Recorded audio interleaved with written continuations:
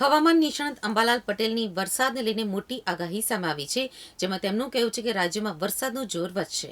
હવામાન નિષ્ણાત અંબાલાલ પટેલનું કહેવું છે કે 10મી જુલાઈ સુધી અનેક વિસ્તારોમાં અતિભારે વરસાદ પડશે, જેમાં ડાંગ, વલસાડ, સુરત, નવસારી, વડોદરા, ખંભાત, બોડેલી, મહીસાગર, પંચમહાલ, તાપી, નર્મદા, અરવલ્લી, સાબરકાંઠા, મહેસાણા, પાલનપુર, કાંકરેજ, થરાદ, સાણંદ, ધોળકા, લીંબડી અને સુરેન્દ્રનગરમાં ભારે વરસાદ પડવાની આગાહી કરી છે.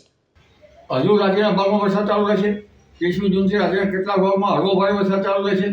કેટલાક ભાગમાં ભારે વરસાદ ઝાપટા પડશે.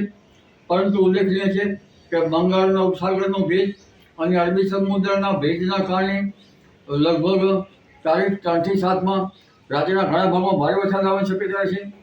જેમાં દક્ષિણ ગુજરાતના ભાગમાં ભારેથી અતિ ભારે વરસાદ આવવાની શક્યતા રહેશે અને મધ્ય ગુજરાતના ભાગમાં ભારેથી અતિ ભારે વરસાદ થવાની શક્યતા રહેશે.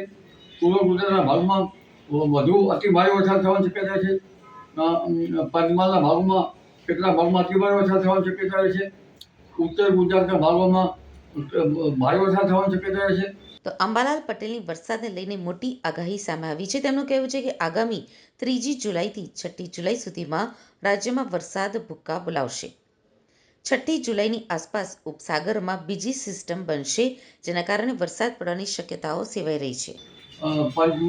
તેમજ અરવલ્લી, સાબરકાંઠાના કેટલાક ભાગમાં ભારે વરસાદ થવાની શક્યતા રહેશે. કચ્છના કેટલાક ભાગમાં ભારે વરસાદ થવાની શક્યતા રહેશે. ઉત્તર સૌરાષ્ટ્રના કેટલાક ભાગમાં ભારે વરસાદ થવાની શક્યતા રહેશે.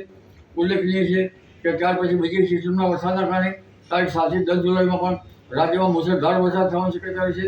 આ વરસાદના કારણે લગભગ રાજ્યની ઘણી નદીમાં પૂરની સ્થિતિ રહેશે. નર્મદાના તાલ વિસ્તારમાં વરસાદ થતાં નર્મદા બે કાંઠે થવાની શક્યતા રહેશે. નર્મદાના બંધની ઊંચાઈ વધશે.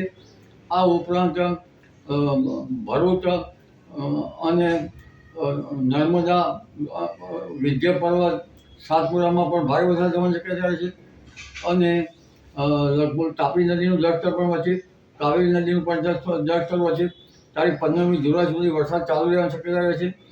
પરંતુ ત્યારબાદ લગભગ વરસાદ વધઘટ થતાં ઘણી વખત રાહત રહેશે.